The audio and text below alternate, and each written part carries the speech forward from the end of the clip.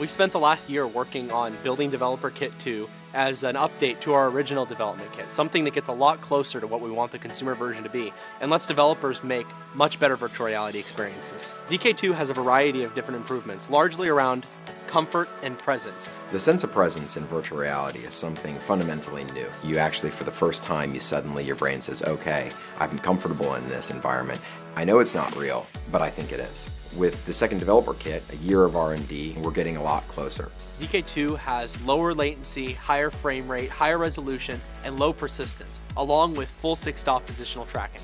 All of these combined allow for much better gameplay experiences and a much more comfortable user experience. With DK2, we now have sub-millimeter accurate position tracking, which means that the views can respond the way it actually should in all cases. That allows you really to lean forward, lean backward in space, lean around corners. It just opens up so many gameplay opportunities and changes fundamentally the way you can develop content. Another huge improvement that we made is using a low persistence display. Our low persistence display shows an image only for a brief amount of time.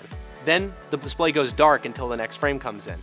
Doing this at a high enough frame rate means that your brain does not see any motion blur or any judder in the resulting image. 2 years ago, I thought all we needed was faster pixels, get to 120 Hz OLED response time, and we were done. And it was really exciting to see Valve's research, which demonstrated so vividly what a difference the low persistence display makes. We've also greatly reduced the latency in our system by improving our code, video pipeline, and display.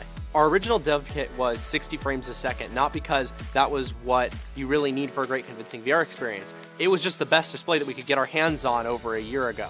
Now we're using a higher frame rate OLED display that really makes a huge difference.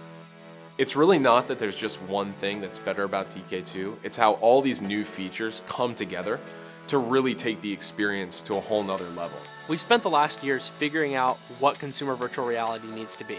We know what we need to ship. Everyone at Oculus is passionate about building the best virtual reality technology in the world. One of the big goals at Oculus is to bring together the smartest people in the world. We're working on hardware, software, we have creative, we have infrastructure. The only way we're going to deliver virtual reality, the holy grail, this incredible pursuit of presence, is by recruiting the very, very best in the industry. I think that's one of the main things that held virtual reality back for years. The right group of people never came together to work on the right problems. I think that's what Oculus has done. We're bringing together the best developers in the world, the best talent in the world, across multiple disciplines, to build something that everyone thought couldn't exist. The virtual reality community is stronger than it's ever been before, and we would not be where we are without them. There are hundreds of virtual reality experiences being created, more content in the last year made for VR than in the last 20 years combined. It's going to be the small teams that go out and do something that's so fundamentally cool that it winds up defining the language for the platform.